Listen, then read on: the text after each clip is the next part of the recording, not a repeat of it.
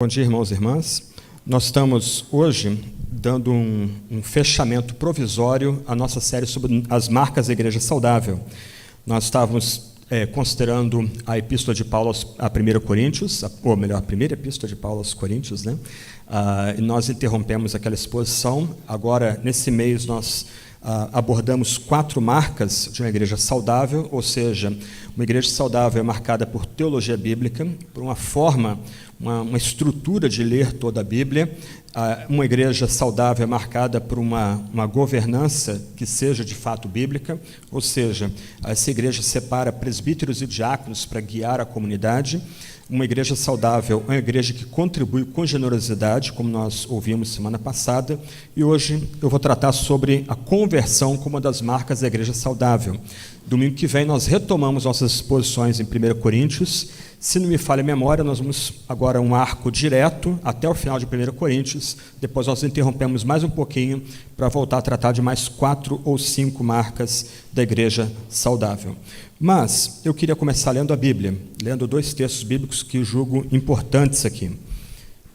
O primeiro, Mateus capítulo 4, verso 17, e o segundo, Filipenses capítulo 2, versos 12 a 13. Essas palestras são palestras, não são exposição bíblica, mas enquanto eu vou desenvolvendo o tema da conversão como uma marca da igreja saudável, da igreja verdadeira, tenha em mente esses 2 versos. Você vai notar que esses 2 versos guiam toda a palestra, ok? Primeiro, um dito de Jesus.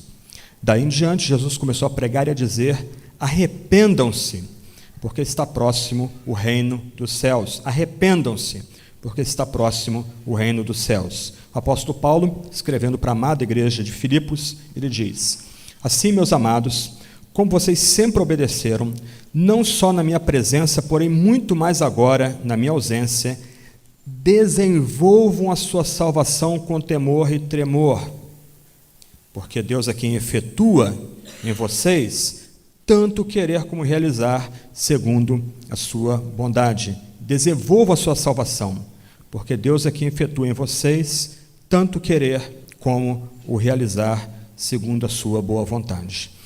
Entre os vários problemas que nós enfrentamos como igreja, um deles é o perigo, o risco do que a gente chama aí de fé nominal. A gente tem que destacar que a fé nominal não é salvadora. Esse tipo de fé, ela não conecta um homem ou uma mulher com Cristo Jesus, mas infelizmente, tristemente, é um tipo de fé muito comum em nosso meio. Esse tipo de fé nominal pode surgir entre alguns de nós por meio de alguma experiência mística, algum tipo de experiência que não pode ser medida por intelecto, mas, do outro lado, alguns chegam a ter um tipo de fé nominal porque foram convencidas intelectualmente da veracidade da fé cristã. Então, nem tanto uma experiência que a gente não consegue mensurar em palavras, quanto, do outro lado, entender a fé cristã, ter uma compreensão de que a fé cristã é verdadeira, que é um sistema acima de todos os outros sistemas. Nenhuma dessas posturas conectam a pessoa de fato a Cristo Jesus. Uma pessoa pode ter uma experiência intensa de fé, mas essa fé ser uma fé meramente nominal. Uma pessoa pode ter uma compreensão saudável do que é o cristianismo e ela não ter sido tocada por Jesus, não estar ligada a Jesus. Infelizmente, a fé nominal ela é mais comum do que a gente imagina e ela semeia uma série de problemas dentro da igreja. Aqueles que têm esse tipo de fé nominal, algumas vezes têm uma autoestima exagerada. Eles acham-se acima do restante da comunidade. Eles têm uma postura de orgulho perante a comunidade. Eles se acham literalmente imprescindíveis para uma igreja. Aqueles que têm uma fé nominal, muitas vezes têm uma fé nominal calcada em justiça própria. Eles acham que eles chegaram a Deus, ou eles têm uma relação com Deus, por alguma coisa que eles fazem, ou por algo que eles deixam, inclusive, de fazer. Então, eles são também muito orgulhosos da sua suposta retidão, da sua suposta justiça própria. Algumas vezes, cristãos nominais, eles repudiam o cristianismo verdadeiro. Isso fica bem marcado quando um pregador começa a ressaltar o que é a graça de Deus, de acordo com a Bíblia. Isto é, Deus nos amou sendo que nós o odiávamos antes. Deus nos escolheu, sendo que nós não éramos nem povo, como diz o profeta lá em Deuteronômio, nós éramos como lobos uivando no deserto. Então essas pessoas, porque elas são cheias de justiça própria, elas se acham as tais dentro da comunidade cristã, elas vão odiar esse tipo de pregação. Algumas vezes dá para escutar até os dentes dessas pessoas rangendo. Logo, elas têm um orgulho espiritual muito afetado.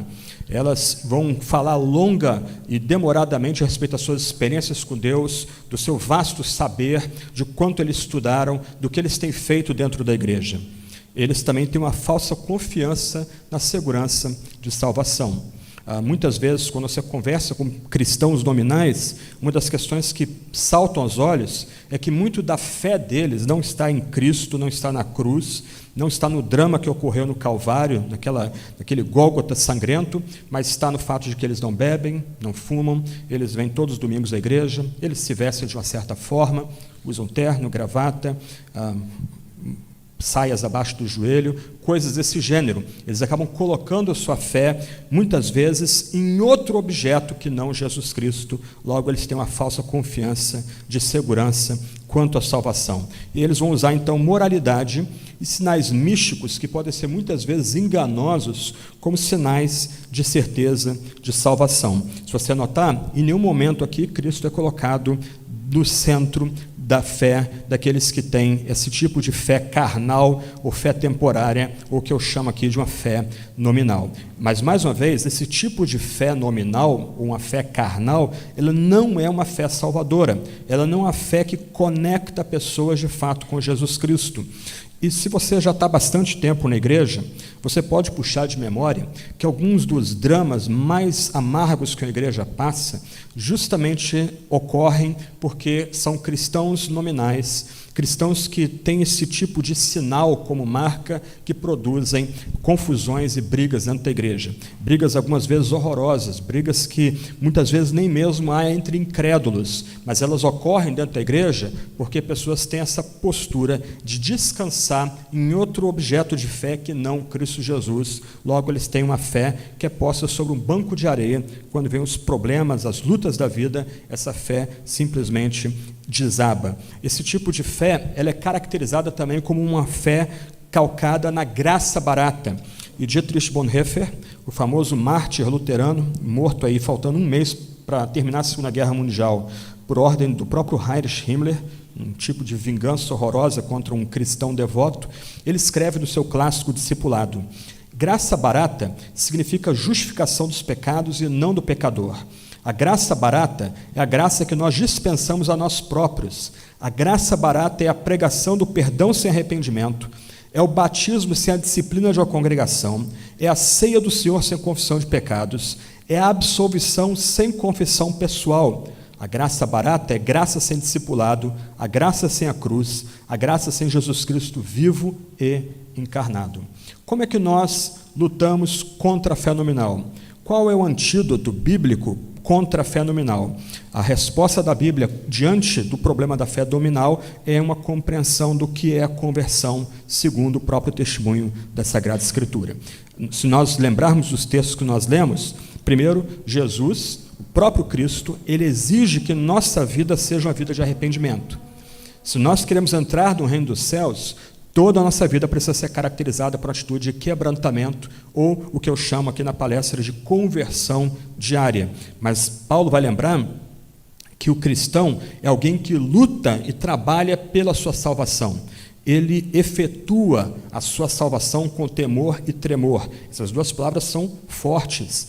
Ele, ao mesmo tempo que está lutando para alcançar a salvação, ele faz tremendo e temendo o Altíssimo. Mas Paulo não para aí, porque senão ficaria parecendo salvação pelas obras.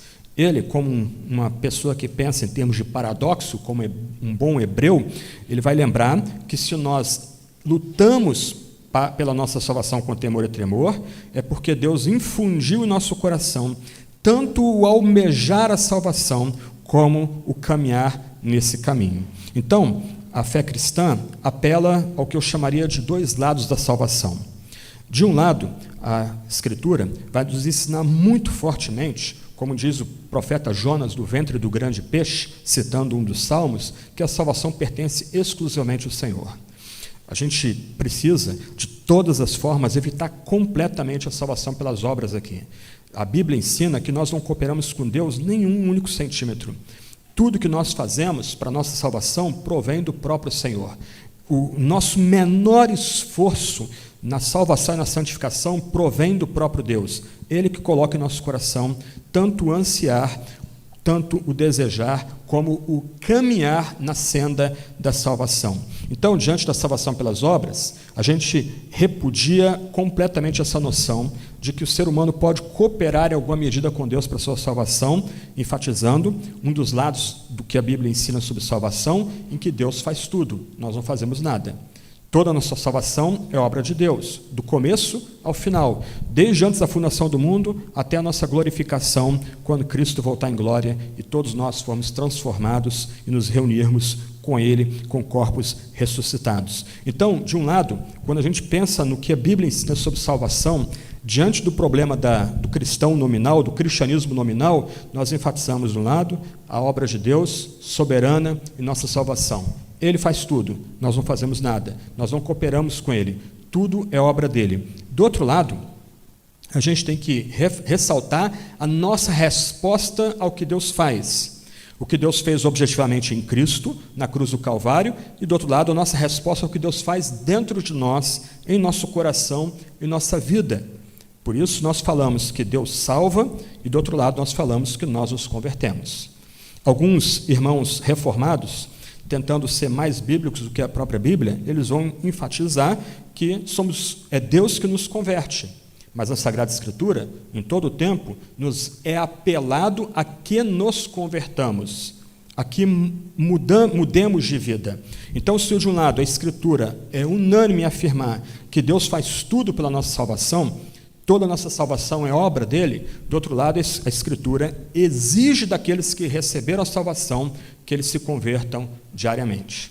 Nós temos aqui uma aparente tensão, nós temos aqui o que alguns chamam de paradoxo, mas se você voltar ao texto de Filipenses, capítulo 2, versos 12 e 13, que eu acabei de ler, você vai lembrar que, se de um lado nós somos exortados a nos converter, a buscar a nossa salvação com temor e tremor, dia após dia, do outro lado a gente só consegue fazer isso, porque Deus veio a nós, Deus transformou nosso coração, Deus colocou em nós o anseio por essa mesma salvação.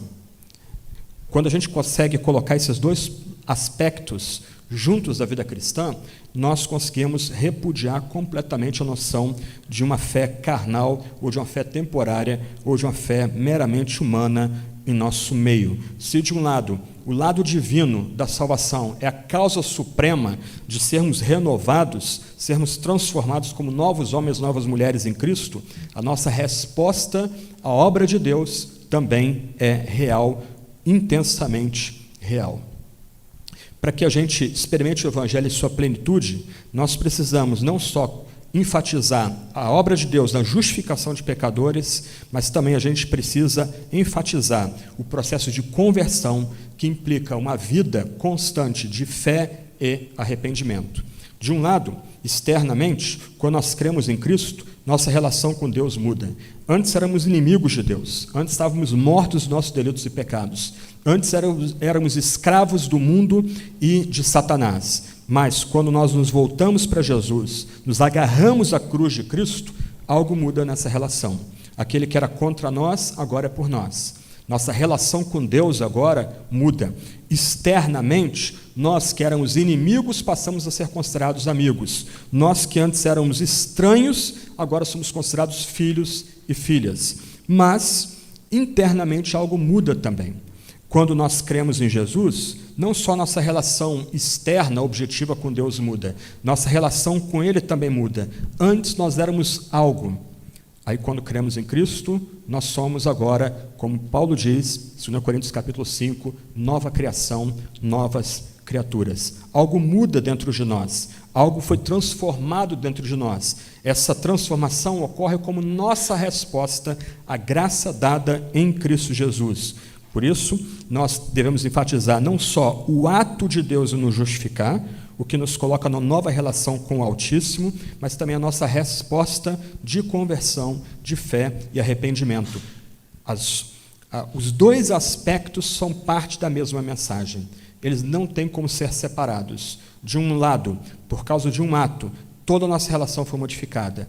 Por causa da nossa fé em Jesus. Agora, de fato, aquele que crê em Jesus tem paz com Deus. Ele já experimenta a paz com Deus. Mas, de outro lado, aquele que tem fé em Jesus e já desfruta a paz com o Criador de todo o universo, esse também tem um novo procedimento. Ele responde com todo o seu ser essa graça recebida. A conversão, então, é, mais uma vez, a nossa resposta ao que Deus fez em Cristo na cruz. A nossa conversão é a nossa resposta ao que o Espírito Santo está operando em nosso viver, em nossa vida. De um lado, a gente fala de Deus como a causa primária da salvação. É Ele que determina a nossa salvação.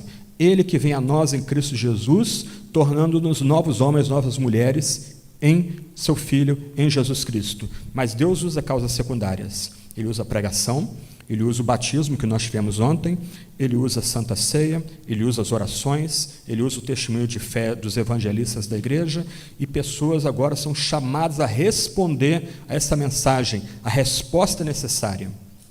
A resposta é necessária.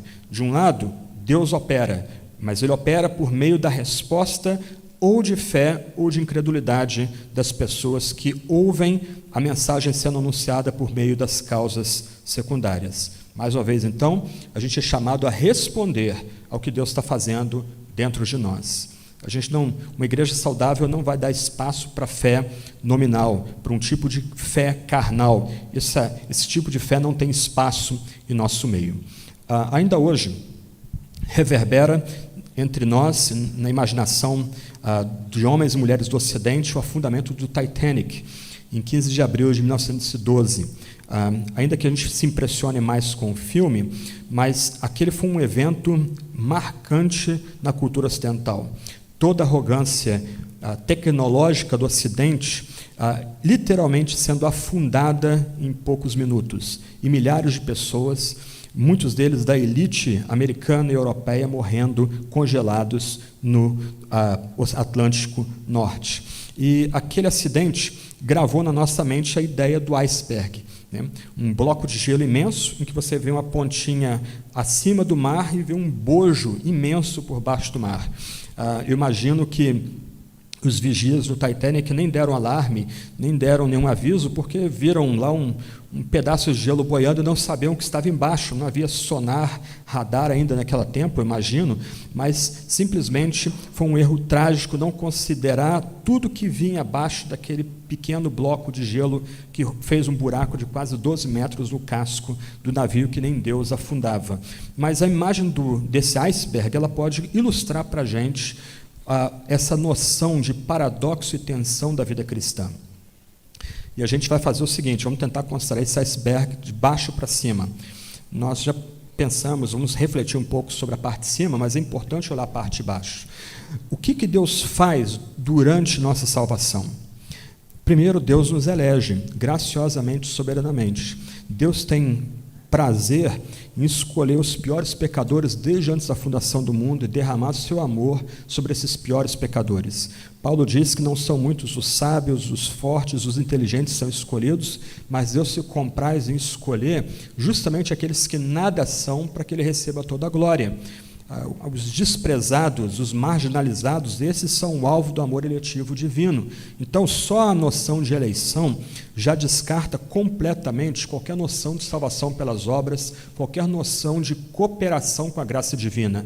Deus nos escolheu em Cristo Jesus, essa escolha foi livre e soberana, não há nenhuma previsão de fé e obras da parte de Deus que Ele leve a escolher um ou outro, mas é porque Ele nos escolhe que nós chegamos à fé. Mas eu estou adiantando o ponto aí. Então, você tem mais algumas palavras aí embaixo. Deus é que nos chama, Ele rompe nossa surdez, Ele nos atrai para si, nos encanta com a beleza do que Ele fez na cruz de Cristo, Ele nos regenera, Ele implanta um novo ser em nossa vida, Ele tira aquele coração de pedra endurecido e nos dá um coração agora que é vivo para Deus, Ele grava a lei que foi gravada em pedras, agora Ele grava em nosso coração. O crente verdadeiro, instintivamente, ele tem um inclinar para as coisas boas e santas, e a gente tem estudado aí com o Tiago, o decálogo na célula dele também, uma série de exposições sobre o decálogo, que são a nossa bússola ética, a nossa bússola de bom procedimento nesse mundo. Deus já nos justifica, como eu mencionei há pouco, Ele nos declara justos, Ele nos coloca numa relação reta consigo mesmo por causa de Cristo Jesus, Ele nos adota. Nós somos agora contados como família divina. Nós que não éramos povo, agora somos povo. Nós que éramos inimigos, agora somos filhos. Ele nos santifica, Ele guia-nos num caminho de santificação, Ele nos sustenta e, finalmente, Ele vai nos ressuscitar no corpo e nos glorificar. Essa é a parte de baixo do iceberg. Olha quanta coisa boa que Deus faz pela gente. Olha quantos dons Deus derrama sobre a gente. Tudo procedendo, tudo vindo do favor e merecido dEle. Mas o que se espera, e aí agora vem a parte de cima, ver naqueles nos quais Deus trabalha? O que a gente espera ver em pessoas que a gente entende que estão sendo contadas como eleitas, chamadas, regeneradas, justificadas, adotadas, santificadas, pessoas que a gente entende que Deus está sustentando e vai levá-las, vai guiá-las até o dia vindouro? O que a gente espera dessas pessoas? Porque aqui, semana passada, o Tiago dirigiu uma série de palavras e perguntas às pessoas que estavam se apresentando para se batizar aqui. Nós esperamos ver nessas pessoas, nós esperamos ver entre nós, será que estamos experimentando as boas dádivas da linha de baixo? Uma vida de conversão, uma vida de arrependimento e uma vida de fé. É isso que se espera de cristãos. Lembra? Arrependei-vos. O reino de Deus está próximo. O reino de Deus está entre vós. Arrependam-se. Lutero, interpretando essas palavras de Jesus, vai dizer: toda vida cristã agora é marcada por arrependimento. Toda vida cristã é marcada por conversão diária. Mais uma vez, o que a gente espera ver na vida de pessoas que dizem: Deus me elegeu, eu sou justificado, eu cheguei à fé em Cristo. O que a gente espera ver na vida dessas pessoas? A linha de cima. Se Deus de fato as alcançou essas pessoas por sua graça, o que nós esperamos ver, o que nós vamos ver na vida dessas pessoas alcançadas por pura graça, é uma vida marcada por conversão, arrependimento e fé. E o que vem a ser conversão? Eu não quero trazer muitos detalhes aqui para essa palestra, mas salvação e conversão são palavras que você pode tentar visualizar como um tipo de guarda-chuva. São palavras que abarcam, elas têm debaixo de si uma série de outras palavras. Então, volta um pouquinho no slide, por favor. Ok? Na linha de baixo, nós temos o que a Bíblia chama de salvação. Tudo o que está acontecendo ali embaixo é obra de salvação.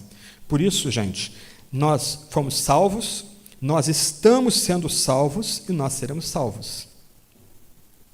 Ok? Paulo vai dizer em Romanos 5 que ele está sendo salvo, ele está experimentando salvação naquele tempo em que ele escreve a passagem bíblica. Nós aqui estamos sendo salvos por meio da santificação, por meio da perseverança, por Deus nos sustentar. Então, a salvação abarca todas essas palavras ali, incluindo eleição, incluindo a nossa ressurreição e glorificação final. Na parte de cima, conversão é uma palavra que abarca arrependimento e fé. Quando nós falamos o crente é chamado a se converter, o que a gente está dizendo é o seguinte: o crente é chamado a ter uma vida de fé e arrependimento constante. Então, conversão não é uma reforma meramente exterior. Eu fui criado em igrejas de tradição fundamentalista, marcadamente influenciados pela cultura evangélica norte-americana, como vários de vocês. Então, muito da ênfase de conversão dessas igrejas era no final do domingo à noite, o pastor fazia um apelo bem dramático, com bastante ameaça de fogo, de enxofre, caldeirão fervente lá, com a pessoa sendo torrada ali naquele lugar. A pessoa era chamada à frente, ou havia um apelo para a pessoa vir à frente, e depois de um tempo, se a pessoa parava de xingar palavrão, parava de beber bebida alcoólica, começava a se vestir parecendo o padrão daquela comunidade, parava de ver jogo de futebol no domingo, bom, ali você tem um cristão. Mas conversão na Bíblia não é uma mudança externa. Uma pessoa pode aparentar esse tipo de mudança e ser mais digna do inferno do que o pior pecador. Porque conversão, na verdade, é uma mudança que ocorre internamente. Nós só conseguimos, então, nos converter diariamente, nós só conseguimos responder a Deus com todo o nosso ser, nos convertendo diariamente, porque o Espírito Santo nos transformou. Se ele não inclina nosso coração para as coisas santas de Deus, a gente não tem como se converter de fato. A gente pode enganar uns aos outros aqui. A gente pode aprender um tipo de linguagem. A gente pode aprender palavras como misericórdia, graça e glória, etc. e tal. A gente pode evitar algum tipo de bebida, nunca comida, né? Mas sempre bebida. Mas isso não quer dizer que a pessoa é convertida de fato. Essa resposta de quebrantamento diário, de mudança interna diária, só surge por meio de uma obra poderosa do Espírito Santo. Lembra? Nós somos chamados a trabalhar pela nossa salvação com temor e tremor, mas é que Deus que opera em nós, tanto querer como o fazer, tanto ansiar a salvação como lutar para ser salvos. Então, a conversão não é uma mera mudança externa. A conversão é, na verdade, largar o que é mal e mudar do pecado para Deus. E aí, todo o procedimento do cristão é marcado por esse tipo de procedimento. Ele evita o mal, mas ele muda do pecado, agora vivendo para Deus. A conversão é uma mudança da cobiça e prazeres carnais e pecaminosos para as coisas santas de Deus. A conversão é uma mudança do poder de Satanás para Deus. E se você começa a pensar as palavras aqui, que você tem no quadro, a gente começa a refletir que ninguém consegue fazer isso se não for dado o Espírito Santo à pessoa. Mudar externamente é fácil, qualquer pessoa pode fazer isso. E, nesse aspecto, todas as religiões têm algum tipo de padrão de conversão. As ideologias que são religiões seculares também têm um padrão de conversão.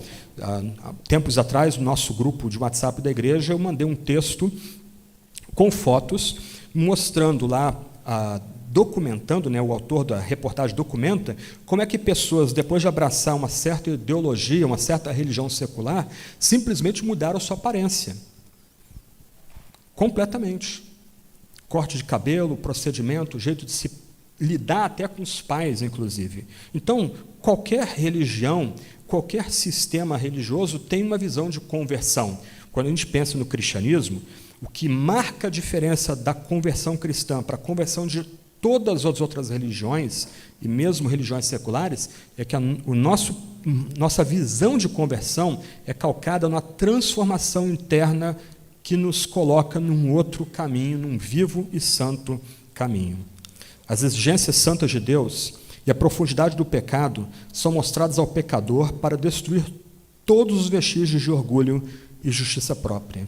Portanto, uma marca muito forte daquele que é convertido de fato, que experimenta uma conversão que procede da boa obra do Espírito Santo, é um procedimento humilde. E você pode notar, em igrejas onde é marcadamente forte a noção de que nós podemos cooperar com Deus, a gente pode ajudar Deus em alguma forma, Deus depende da minha decisão para Ele me salvar, e aí, como consequência, há uma ênfase em obras, uma ênfase em regras não escritas, há uma ênfase em mudança externa, você tem pessoas orgulhosas. Você tem, entre aspas, crentes pedantes, que, lembra do primeiro slide, que se acham melhores do que os outros. A fé deles é baseada em justiça própria. A fé deles é baseada em algo que eles estão fazendo. Gente, não pensa que isso está longe da gente. Década de 90, quando eu servia no Rio de Janeiro, circulou um relatório entre a gente, foi feita uma pesquisa na associação da denominação que eu era parte naquela altura, e era uma denominação que tinha muito orgulho de crer na perseverança dos santos. Dos 5 pontos do calvinismo, só esse eles criam.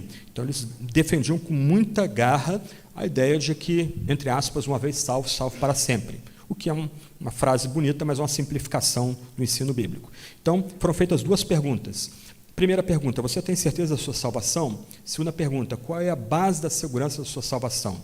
Para a primeira pergunta, como uma denominação que enfatizava muito esse ponto da perseverança dos santos, da segurança eterna, como ele era chamado aquela denominação, grande maioria das pessoas disseram sim, elas tinham segurança de que estariam salvas no último dia. Mas a pergunta seguinte é que surpreendeu as pessoas. A esmagadora maioria daquelas pessoas da associação na qual foi feito o questionário, e era uma associação muito grande, também muito ciosa da sua tradição, da sua linhagem, a grande maioria das pessoas não respondeu que a segurança delas vinha só de Cristo Jesus. Elas colocavam sua fé no tempo de batismo, no serviço que eles supunham meritório na igreja, e há pessoas entre nós que acham que, se não se arrependerem, nos 30 segundos finais da sua vida não vão para o céu.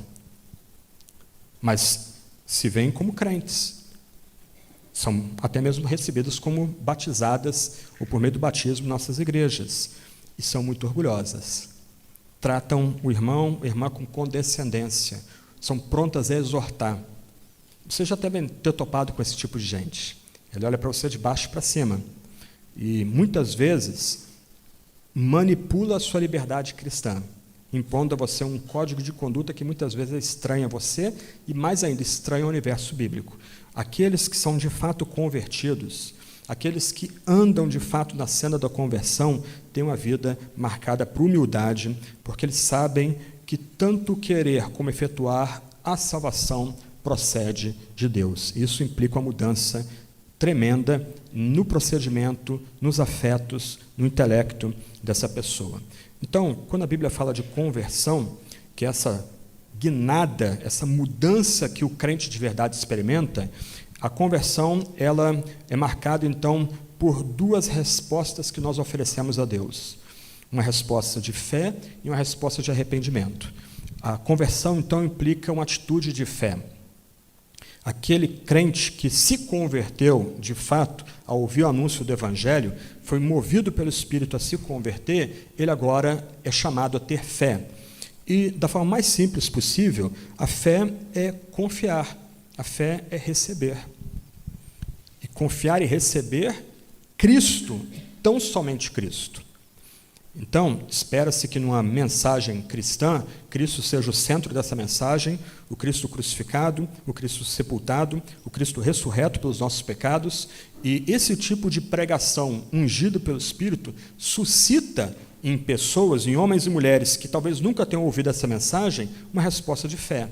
Eu acredito, eu creio, eu preciso de Jesus, Jesus é minha necessidade, eu descanso nessa palavra, em Cristo está a minha esperança. Então, quando nós falamos de conversão, sobretudo pensando aqui em conversão cristã, o que se espera daquelas pessoas que estão se voltando para Deus, abandonando seus maus caminhos, dando a guinada na sua vida do pecado, do mundo, do diabo, para Deus e para Cristo, é que eles recebam Cristo com fé, que eles confiem de fato apenas em Jesus. E, para mim, duas ilustrações bem básicas aqui ilustram um ponto. A fé não é a base da nossa salvação. Nós não somos salvos por causa da fé. Essa é uma interpretação que poluiu nossa interpretação da fé, sobretudo vindo do âmbito mais neopentecostal. A ideia da fé na fé. Se você tem muita fé, Deus tem que te abençoar. É como uma aposta. Se você aposta a sua fé, a força da sua fé, Deus fica obrigado a cobrir a aposta de fé que você fez. Nada mais tolo, nada mais longe do testemunho da Sagrada Escritura. Nós somos salvos, nós somos nova criação, nós somos novos homens, novas mulheres por causa de Jesus Cristo. Porque Cristo, como um cordeiro imaculado, foi imolado na cruz em meu lugar e no seu lugar, foi imolado, foi destruído na cruz do Calvário por causa do nosso pecado. É por causa dele que nós entramos numa relação correta com Deus. Mas nós somos chamados a confiar somente em Jesus Cristo, colocar fé somente em Jesus Cristo. Então, nesse sentido, pensando no significado bíblico da fé, a fé é como um enfermo estendendo a mão para receber um remédio, ou um mendigo estendendo a mão para receber uma sopa ou uma manta numa noite fria. Há mérito da parte do doente? De forma nenhuma. Há mérito da parte do mendigo? De jeito nenhum. O mérito todo está em quem oferece. Deus nos oferece Cristo. E Ele requer de nós fé. E fé aqui, como dizia meu antigo professor de teologia sistemática, John Hammett, é autodenúncia. É reconhecer que a gente não tem nada para barganhar com o próprio Deus. Tudo que a gente precisa foi dado em Cristo Jesus. Você quer ser feliz? Encontra Cristo. Você quer ter senso de propósito? Encontra Cristo. Você quer ter direção na sua vida? Encontra Cristo. Você está deprimido, lutando com pecado, indiferença, você se sente solitário? Descanse em Jesus, confie em Jesus. Nele a gente tem tudo. Isso é o significado bíblico de fé.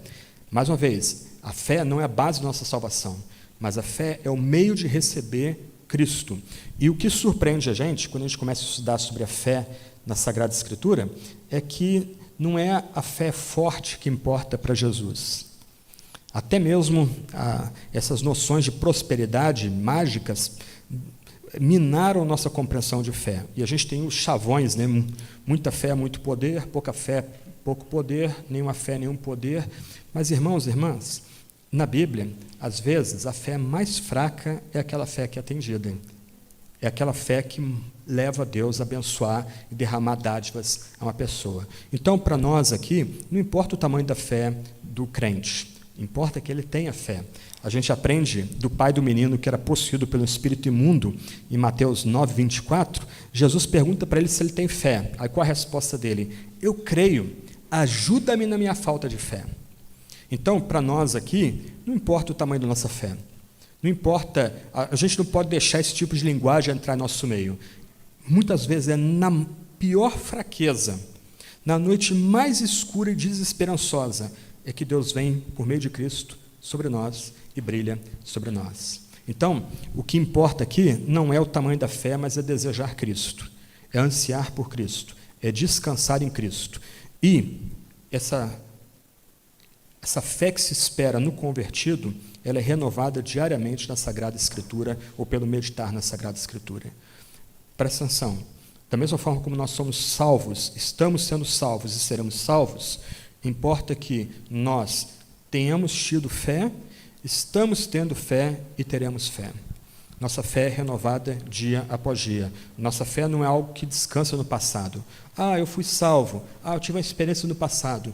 Dia a dia, nossa fé deve ser acrescida, deve ser maturada pelo meditar na Sagrada Escritura.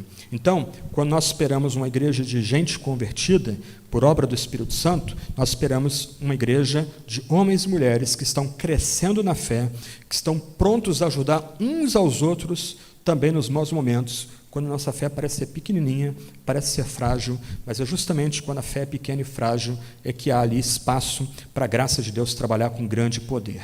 Mas, junto com a fé, é o arrependimento.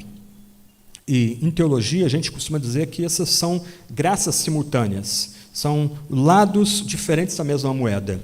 E o que é trágico aqui para nós é considerar a seguinte questão: qual foi a última vez que você ouviu uma mensagem sobre arrependimento? A noção de arrependimento praticamente desapareceu na literatura e na pregação contemporânea. E a gente aqui não tem que destacar que isso não ocorre apenas entre pregadores, entre nós. Mesmo homens sérios, eu penso num, mas vou poupar o nome dele aqui, que escreveu um livro sobre regeneração, um livro muito bom, não há um único capítulo sobre arrependimento. Isso é surpreendente, porque Jesus abre o seu ministério terreno dizendo o quê? Arrependam-se. Arrependam-se. E como Lutero corretamente interpreta, o que Jesus quer dizer é que toda a vida do cristão tem que ser marcada por arrependimento.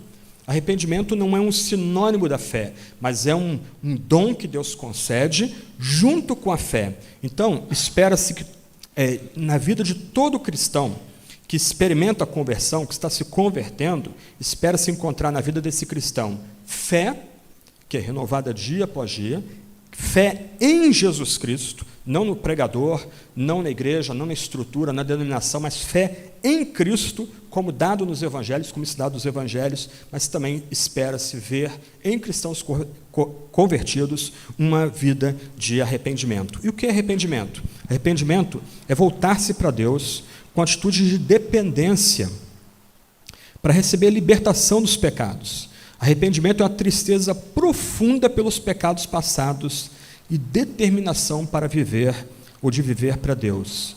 E aqui é necessário falar de um arrependimento inicial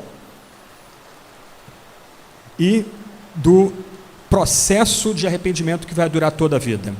De um lado, no arrependimento inicial, quando a mensagem do Evangelho chega a nós, e alguns experimentaram esse arrependimento aqui entre nós de forma bem dramática, nós prometemos abandonar o pecado e prometemos agora a obedecer a Deus em todas as coisas. Então, há uma ação inicial, há uma ruptura nesse arrependimento primeiro.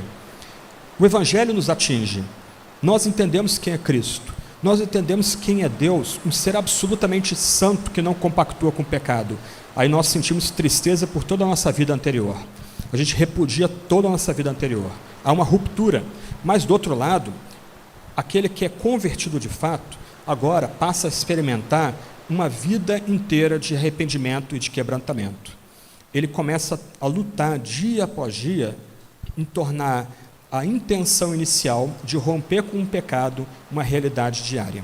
Nesse sentido, nenhum de nós aqui é perfeito. Nenhum cristão deve nutrir a visão arrogante de sequer tentar chegar a algum tipo de perfeição nesse lado da existência. Lembra, um ponto importante que se espera encontrar num convertido é a humildade.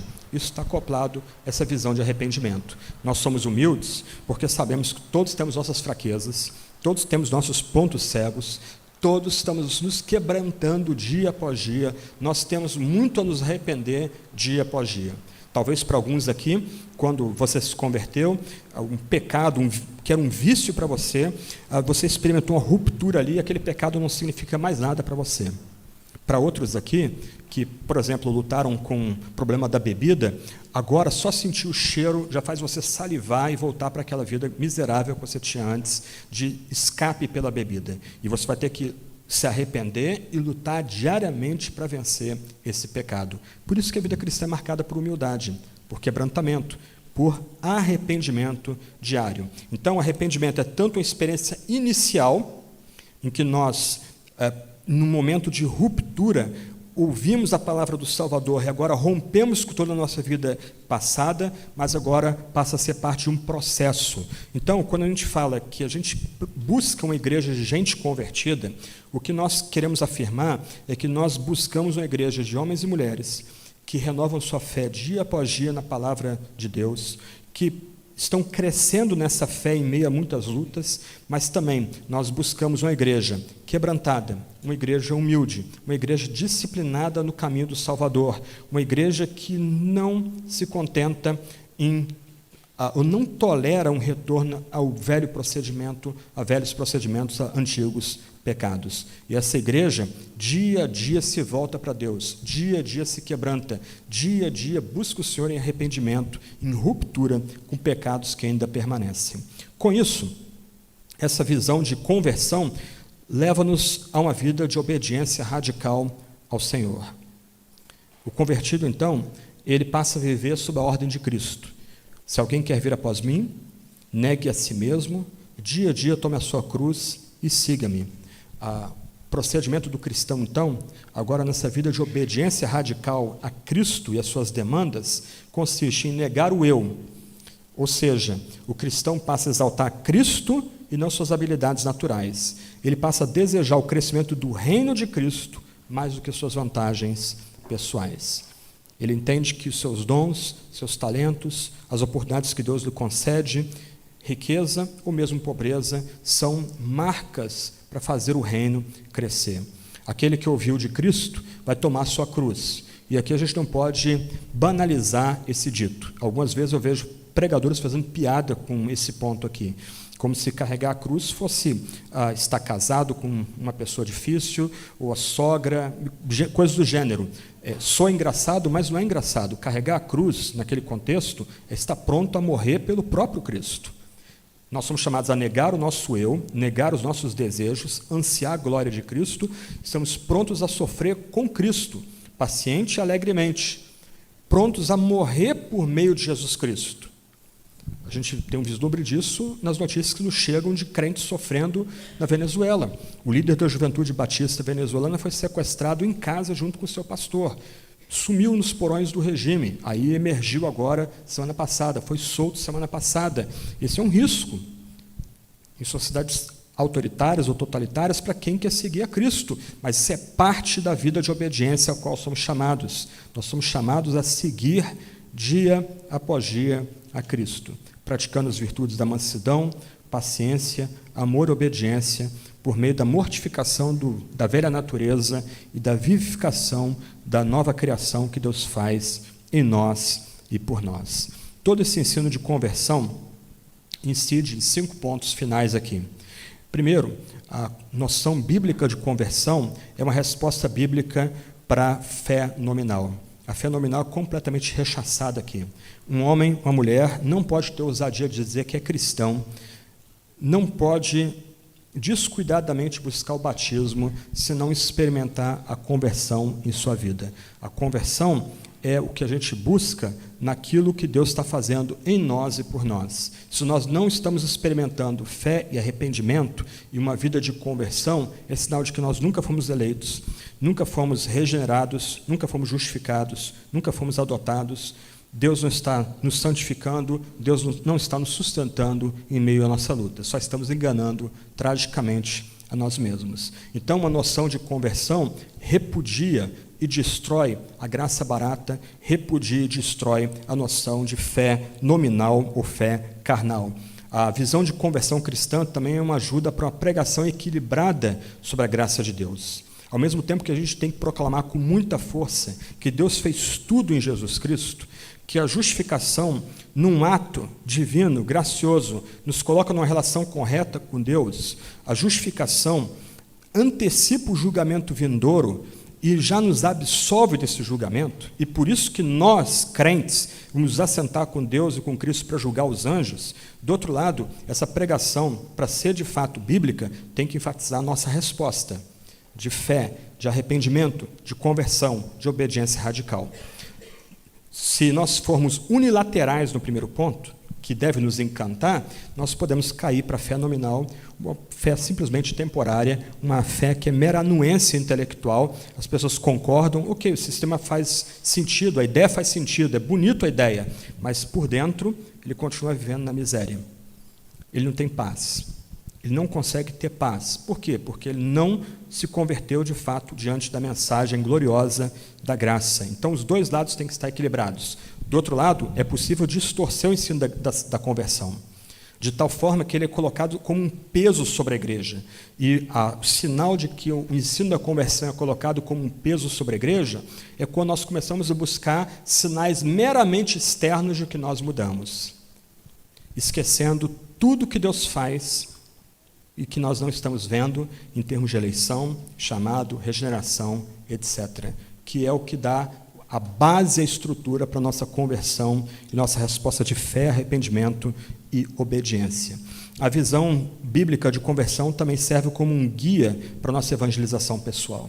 Nós não estamos, ao evangelizar pessoas, ao comunicar a mensagem de Jesus para pessoas, não estamos querendo contar mãos. O que nós queremos é apresentar com fidelidade a mensagem da salvação em Cristo Jesus, de tal forma que o Espírito Santo mova essas pessoas a uma transformação de fato. Que o Espírito Santo opere de tal forma que essas pessoas tenham fé e arrependimento e se convertam de obras mortas ao Deus vivo. Então, a visão de conversão cristã é um guia importante para a evangelização pessoal. Ao pregarmos de fato o Evangelho, aquele que nos escuta vai dizer, olha, eu preciso do Evangelho, mas eu não tenho como alcançar isso, eu não consigo crer. Ok, agora está entendendo direitinho. A pessoa vai orar, Deus, me dá fé. Deus, eu não consigo tirar as pintas da minha pele, muda, me transforma. Ok, a pessoa está começando a entender o que é salvação e o evangelista está pregando o Evangelho de forma correta. A noção de conversão produz uma igreja composta, de fato, de convertidos. Por isso que nossa igreja aqui, nós examinamos aqueles que vão ser batizados. Nós examinamos aqueles que vão ser admitidos como membros vindos de outra igreja. O Tiago entrevista, junto com alguns seminaristas, mas ele que tem o trabalho principal aqui, ele entrevista praticamente todo mundo, 80%, 70%, 80% das pessoas que estão entrando na nossa igreja. E ele faz perguntas muito sérias a essas pessoas. Por quê? Porque nós almejamos uma igreja de homens e mulheres convertidos. Quando nós formos debater assuntos complicados, por exemplo, em assembleia, reuniões de liderança, nós não queremos que carnalidade e espírito baixo se intrometa nesse debate. E uma igreja que tolera crentes nominais ou crentes carnais, vai acabar abrindo as portas para debates amargos, grosserias, brigas que não competem a cristãos. Uma igreja composta de gente, de fato, lutando para ser convertida, é uma igreja que vai ter paz, vai ter sobriedade, vai ter amor de fato, as pessoas vão sentir saudade dos ajuntamentos da igreja. E, por fim, uma noção bíblica da conversão cristã renova a adoração individual e comunitária. Quando nós entendemos o que é conversão, nós lembramos o que nós éramos. E aqui, você não precisa ter experimentado uma conversão dramática para lembrar do que você era. Eu fui nascido e criado no Evangelho. Eu nunca fui, por assim dizer, evangelizado. Fui educado na fé desde pequenininho. Nunca provei nenhuma conversão. Isso, algumas vezes, sou meio bocudo, isso me coloca em confusão, né? A única coisa, quando perguntam, mas você nunca se converteu? Eu digo, sim, me converti, eu era arminiano, agora sou reformado, né? E tem gente que fica magoada e chateada com isso. Mas eu nunca provei nenhuma conversão extraordinária. Como a gente costuma ouvir em nossas igrejas, né? Eu fui drogado, agora não sou drogado. Eu fui prostituta, agora não sou prostituta, etc. e tal. Mas o que nós éramos internamente, mesmo criados dentro da igreja? O que dominava o nosso coração, mesmo tendo sido educados na fé desde cedo? E aí, em algum momento, quando o Evangelho chegou a nós, quando nós entendemos de fato quem é Jesus, o que Ele exige, o que Ele requer de nós, e a gente respondeu a Ele com fé, com conversão, com arrependimento, alguma coisa mudou. E aquilo que, mesmo com uma aparência bacaninha, bonitinha, de junior, adolescente, a gente conseguia disfarçar dentro da igreja, mas a gente cultivava dentro, a gente celebrava dentro, aquilo ali não faz mais diferença nenhuma para a gente. A gente tem até vergonha de lembrar o que a gente ficava pensando ou nutrindo em nosso coração, em nossa mente, no passado. E ainda que a gente caia em pecado, a gente vai se arrepender e vai voltar para Deus. Em suma, uma pequena ilustração, e eu vou terminar com a letra de um hino. O que Deus faz com a gente não é simplesmente pegar um porquinho, retirar ele do chiqueiro, dar um banho bonitinho nele, botar um lacinho nele, jogar perfume nele, para ele correr de volta para o chiqueiro. Não é isso que Deus faz com cristãos de fato. Nota que o que é feito com o porquinho não muda a natureza, não muda o que ele é internamente. O que Deus faz com homens e mulheres que se aproximam dele, temendo e tremendo, é implantar uma mudança de natureza que leva esse homem e essa mulher a responder com fé, com arrependimento e com atitude de conversão diária e de obediência radical das demandas de Cristo Jesus. Só o Evangelho faz isso. Então, o que ele faz com o cristão é, mais ou menos, pegar um cachorro bem bonitinho, bem limpinho, bem arrumadinho, e aí esse cachorro cai no chiqueiro, esse cachorro não vai conseguir ficar no chiqueiro, ele vai sair daquele chiqueiro rápido, porque a natureza dele exige limpeza. Ele precisa de limpeza, e assim somos nós, cristãos de fato. Nós continuamos lutando com os impulsos da antiga natureza, nós continuamos lutando com Satanás, nós continuamos lutando contra o mundo, com um sistema que se levanta contra Deus, mas nossa natureza foi transformada. Nós somos agora homens e mulheres, alcançados pelo Espírito, que ouviram do Evangelho e respondem ao Evangelho com todo o seu ser, por meio de uma vida de fé diária, arrependimento diário, conversão diária. Poucos colocaram essas demandas de forma tão equilibrada quanto Isaac Watts, num hino que ele compôs chamado Ao Contemplar a Rude Cruz. Eu vou ler as 3 estrofes, nós encerramos nosso culto. Ao contemplar a rude cruz, em que por mim morreu Jesus, minha vaidade e presunção eu abandono em contrição. Em nada quero me gloriar, salvo na cruz de dor sem par. Humilde sacrificarei tudo que desagrada ao Rei. Se eu fosse o mundo lhe ofertar, ele o iria desprezar. Seu grande amor vem requerer, me entrega todo o meu ser.